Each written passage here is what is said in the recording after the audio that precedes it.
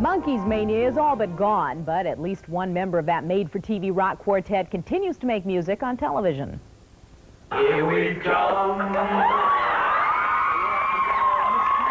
Hey, we get the funniest looks from everyone we meet. Teaming with series co-star Greg Evigan is the man who made that song famous, former Monkee Davy Jones. In an upcoming episode, he'll play a character close to his heart.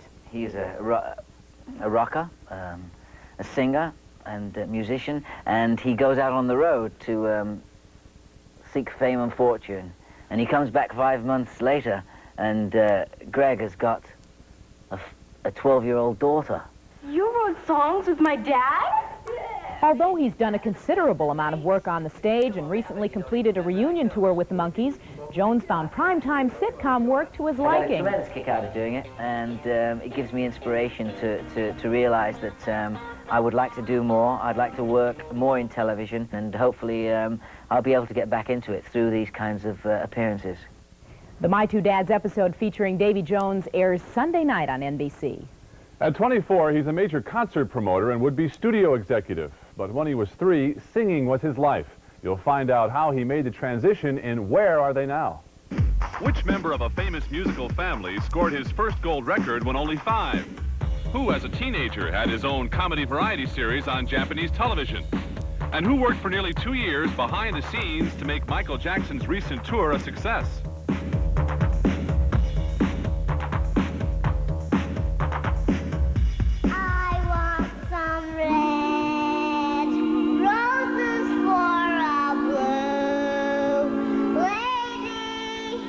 At the tender age of 3, a cherub-faced Jimmy Osmond first went into the family business with an appearance on the Andy Williams Show. It was just the beginning.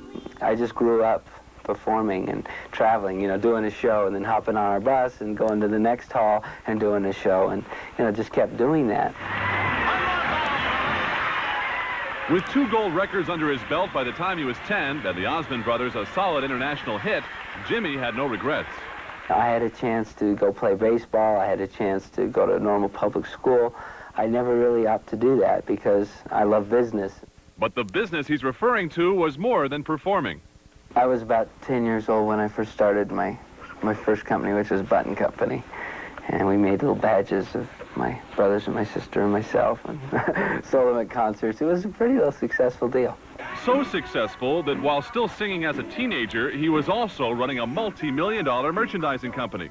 And then he got interested in concert promotion. Michael Jackson's phenomenal tour of Japan last year only came together after Osmond became involved. Long a top solo artist in Japan, Jimmy matched up the Jackson Tour organizers with that country's biggest corporate sponsors. Michael had always treated me with a tremendous amount of respect, and he was just really neat to my family. And he knew I did a lot of business in Japan, I guess. And I basically just put the people together. Primarily, I was just thrilled to be able to put my friends together and have them have such a successful tour. But perhaps the deal he's most proud of is his recent buyback of the Osmond Studios in Orem, Utah. Sold off by the family a few years back, the sprawling production facility cost him $2.5 million. He plans to spend another $3 million in improvements. I'm more excited about building a company and something for my future that lasts. Because no matter what you say, careers go up and down, And I want to build something for my grandkids someday.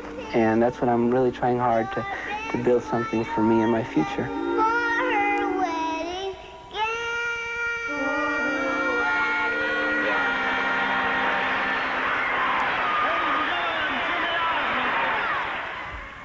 Mr. Osmond says the first project for the studios may be a series of commercials for Japanese television. He's negotiating that deal right now. Gosh, he was cute. When we come back, Sinatra goes 6 for 6 and Springsteen tunes up for a tour.